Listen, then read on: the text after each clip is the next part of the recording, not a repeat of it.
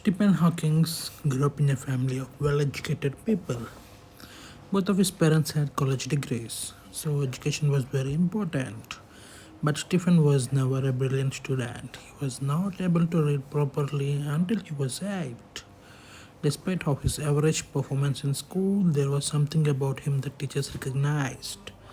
They knew there was a hidden genius deep inside. He was never very interested in the school. He was more fascinated in what was happening outside and spent most of his time inventing new things. While in school, Stephen was nicknamed as Einstein.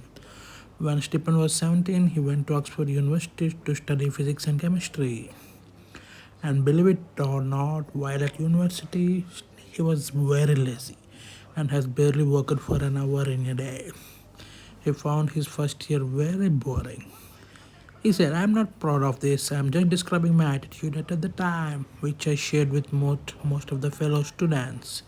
Boredom and feeling nothing was worth making an effort for. After graduating from Oxford University, he went to Cambridge to further his studies in cosmology. But soon Stephen started having some strange physical symptoms. His speech started to be slurred, he was clumsy, he would often trip and fall. At first, he wasn't paying attention, but his condition was getting worse rapidly. In the meantime, he met his future wife Jane. But after making a series of tests, it was diagnosed that he was in the early stages of amyotrophic lateral sclerosis. The part of his brain responsible for muscle control was shutting down. This disease gradually paralyzes people, and over time they struggle to walk, talk, and swallow, and even breathe without help. Stephen has only 2 years left to live. When the doctors told him he didn't have much time left at only 21, something shifted inside of him. Faced with the possibility of dying, Stephen was motivated to make a difference and not be lazy and waste any more precious time.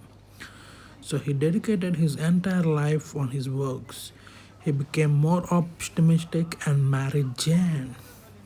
They soon had 3 children. When faced with possibility of an early death, it makes you realize that life is worth living. And there are lots of things that you can know. It's a waste of time to be angry about. One has to get on the life and abandon always. People won't have time for you if you are always angry or complaining. He became one of the most recognizable, unique, and admired scientists of all the time. His incredible work on black holes and the origin of universe changed the way we think about the science.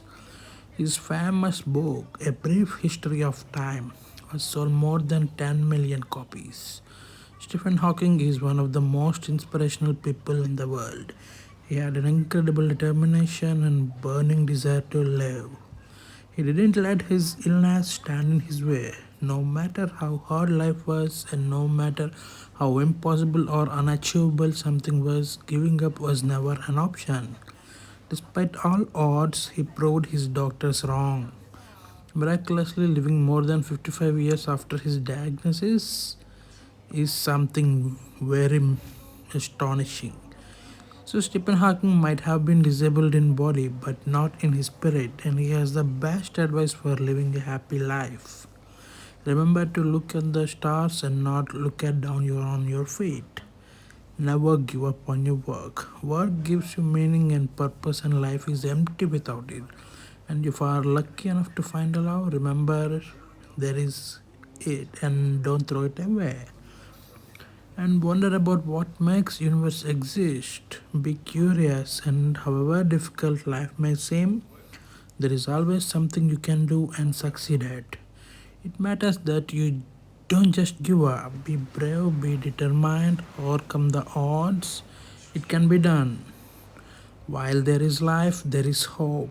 That's what he said.